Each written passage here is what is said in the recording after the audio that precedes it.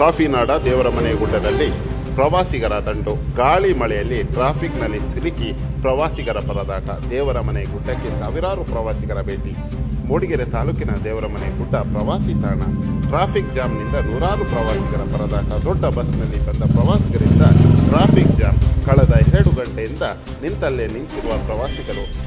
ಮಳೆ ನಡುವೆ ಟ್ರಾಫಿಕ್ನಲ್ಲಿ ಸಿಲುಕಿ ನೂರಾರು ಪ್ರವಾಸಿಗರ ಪರದಾಟ. ವೀಕೆಂಡ್ ಹಿನ್ನೆಲೆ ದೇವರಮನೆ ಗುಡ್ಡಕ್ಕೆ ಆಗಮಿಸಿರುವ ಸಾವಿರಾರು ಟೂರಿಸ್ಟ್. ಸ್ಥಳೀಯ ಪೊಲೀಸರ ವಿರುದ್ಧ ಗ್ರಾಮಸ್ಥರು ಆಕ್ರೋಶ. ಚಿಕ್ಕಮಗಳೂರು ಜಿಲ್ಲೆ ಮೂಡಿಗೆರೆ ತಾಲೂಕು.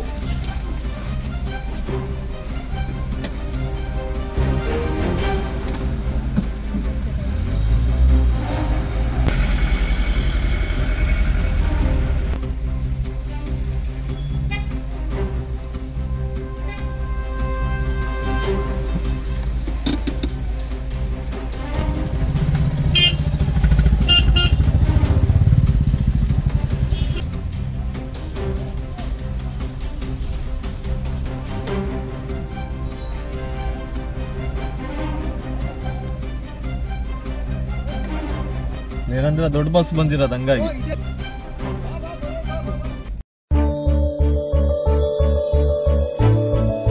ಕ್ಷಣ ಕ್ಷಣದ ಸುದ್ದಿಗಳನ್ನು ವೀಕ್ಷಿಸಲು ನ್ಯಾಷನಲ್ ಮೀಡಿಯಾ ಕರ್ನಾಟಕವನ್ನು ಈಗಲೇ ಸಬ್ಸ್ಕ್ರೈಬ್ ಮಾಡಿ.